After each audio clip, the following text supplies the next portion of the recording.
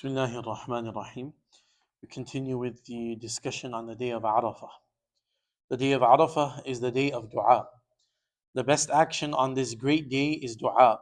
Rasulullah sallallahu alaihi wasallam said, خير الدعاء دعاء يوم عرفة وخير ما قلت أنا والنبيون من قبلي لا إله إلا الله وحده لا شريك له له الملك وله الحمد وهو على كل شيء قدير. Rasulullah sallallahu alaihi wasallam said, the best dua is the dua of the day of Arafah. And the best of what I and the prophets before me have said is, لا إله إلا الله وحده لا شريك له له الملك وله الحمد وهو على كل شيء قدير. Translation: There is no deity worthy of worship but Allah. He is alone and He has no partner whatsoever. To Him alone belong all sovereignty and all praise. He is over all things all powerful. Narrated by Imam Tirmidhi rahimahullah. We see an astounding spectacle of dua in the farewell Hajj of our beloved Messenger sallallahu alaihi wasallam. After years of struggle in conveying the message of his Lord, the whole of the Arabian Peninsula comes under his control and finally accepts his message. Yet, gathered on the plains of Arafah at his highest point of victory, we do not witness parades or displays of pomp. Rather, we witness nothing but humility and turning to Allah in desperate need. Despite being over 60 years of age, undertaking a long journey from Medina to Mecca, and being responsible for huge crowds, none of it comes in the way of worshipping his beloved Azza wa Jal. He delivers a moving and powerful khutbah, and then leads the Sahaba radiallahu anhum in salah, combining Dhuhr and Asr. Everyone is looking at him. He moves towards the mountain of mercy, Jabal al-Rahmah, faces the Qibla, and thereafter occupies himself in earnest dua until Maghrib. He spends approximately 6 hours in continuous dua. He is so focused on making dua that even when the rein of his camel falls down, he grasps it with only one hand and leaves his other hand raised towards the sky. How strong was his connection with his Lord. It is incredible to think that a man to whom Allah has already given glad tidings of forgiveness raises his blessed arms to the sky and cries out, Allahumma innaka tasma'u kalami wa tara makani, until the end. O Allah, you hear my speech and you see my place. I am the desperate and needy one, the one who is seeking your help and protection, fearful and scared, one who confesses and acknowledges his sins. I beg you, the begging of a destitute. I humbly implore you, the imploring of a humiliated sinner. I invoke you, the invoking of the fearful, afflicted person, whose neck is bowed down before you, whose eyes have overflowed with tears for you, whose body is humbled before you, and who has completely lowered himself to you. Narrated by Imam Tabrani rahimahullah. So we continue with the discussion of the day of Arafah. So yesterday we read that the day of Arafah is the single greatest day in the entire year. Allah Azza wa Jal perfected the deen of Islam on this day upon Rasulullah sallallahu alaihi wasallam. And then we read that fasting, that's number one. Number two, freedom from the fire of Jahannam, asking Allah for protection from the fire of Jahannam. And then today's discussion, and inshallah we will complete it tomorrow, is the dua. So as we read in the hadith of Imam Tirmidhi rahimahullah, the best dua is the dua that is asked on the day of Arafah. So that is why we've been saying that the day of Arafah should be spent in reading this dhikr over here, La ilaha illallah wahda la sharika lah, lahul mulku wa lahul hamd wa huwa ala kulli shayin qadir. So many Muslims, they will take off for the day of Eid. The day of Eid is on Wednesday. So what we should do is take off Tuesday and Wednesday. Not just Wednesday, take off Tuesday as well. And Tuesday, day of Eid, is important. We should take that off from work so we can spend time with our families. But it is more important, in my understanding, it's more important to take Tuesday off, because Tuesday is the day of Arafah, and that is the day when we need to turn to Allah in ibadah and in worship. So, inshallah, we fast, and then this dhikr over here, La ilaha illallah wahda la sharika lah, lahul mulku wa lahul hamd wa huwa ala kulli shayin qadir. And Rasulullah sallallahu alaihi wasallam said, this is the best of what I and all the Anbiya that came before me every year on the day of Arafah. This is the best dhikr that we would read.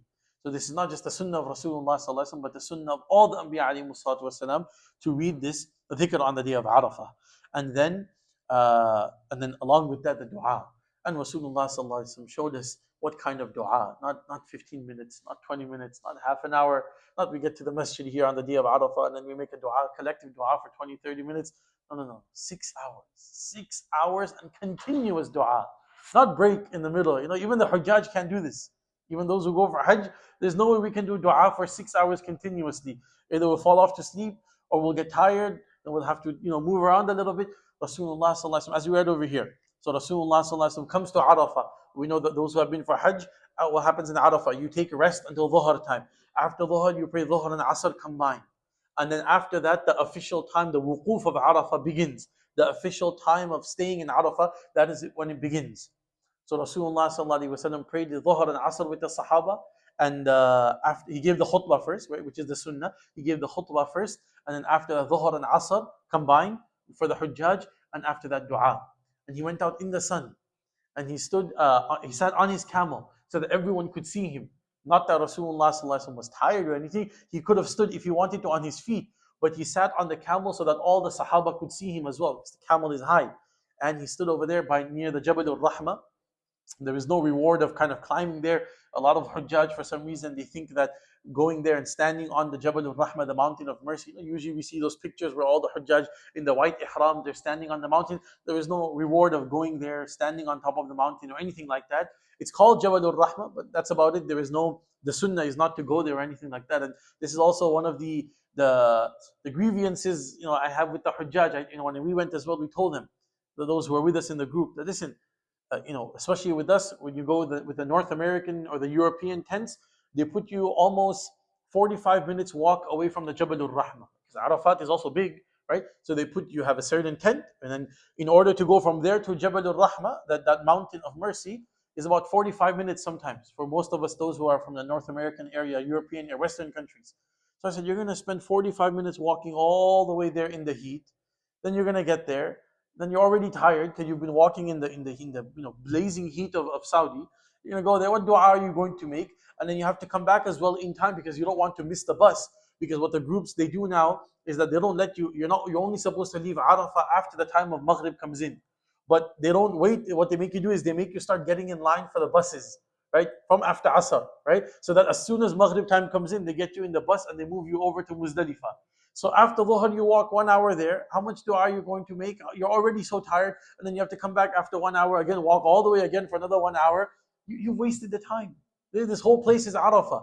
You don't need to go over there. Just stay in your tent. You have the AC here, you have water here, everything is comfortable here. Just stand and make dua over here. And if you really want, you can go outside to follow the sunnah, to stand in the sun. You go outside for a bit and you make dua over there. Right? So many people, they go there, then they get lost, and then it becomes, where are they? What happened? They get lost, they have to find them, then they get heat stroke. We had this with us with a few people in our group as well, this happened. So khair, Rasulullah sallallahu alaihi wasallam then sits on the camel, and he makes dua for 6 hours continuously. And sometimes his hands are all the way up in the sky like this. Sometimes he brings his hand down. Sometimes he brings it up again all the way. Sometimes he brings that. What is he asking for? He's asking for the ummah. Oh Allah, forgive the ummah. Oh Allah, forgive my ummah. Oh Allah, give hidayah to my ummah.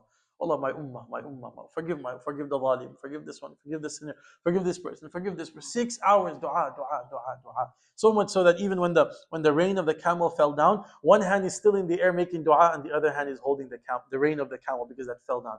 This is the dua of Rasulullah sallallahu alaihi wasallam. Dua, dua, dua. This is the dua to make. Inshallah, we'll read tomorrow how to make dua, how to increase that dua. But inshallah, let us make this niyyah right now. That inshallah, throughout our time, and dua is the most. Rasulullah mentions the hadith, "Man lam yas'alillah yaghdab alayh." The one who doesn't make dua to Allah, Allah gets angry with that person. Why aren't you asking me? Why aren't you making dua to me? Dua is so important in the life of a believer every day, not just when we're fasting, not just in Ramadan, not just in the day of Dhul Hijjah. Throughout our lives, every single day, we should spend at least minimum 10 to 15 minutes. This is the bare minimum, making dua to Allah Azza wa Jalla. This is the bare minimum.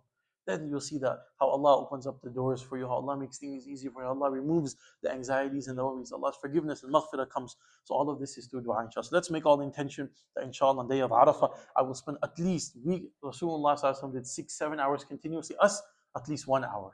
We can do that inshallah, at least 1 hour of dua I'm going to spend. We don't need to do it all together as well. Half an hour in the morning, half an hour in the evening, whenever we get time. But at least I'm going to spend one. And write down, inshallah, we'll read this over here as well. But write down, from now start thinking of what I need to ask Allah. Because sometimes we raise our hands and then we forget. what do I ask? And then you just raise, and then, oh, I should have asked for that. So from now, you start writing down what dua do I need to make? What do I need to ask Allah for? Make a whole list of that. And then you go through that list while you're making, oh Allah, I need this. Oh Allah, I need that. Oh Allah, I need that. So make that dua, inshallah. May Allah Azza wa Jalla grant first and foremost myself the ability, and all of us, inshallah, and the entire ummah to turn to Him in dua, inshallah, especially on the day of Arafah. May Allah accept our du'as. May Allah forgive us. May Allah be pleased with us. Amin. Ya Rabbil Alameen. Wa sallallahu wa sallam ala nabiyyina Muhammad wa ala alihi wa sahbihi ajma'in. Alhamdulillah.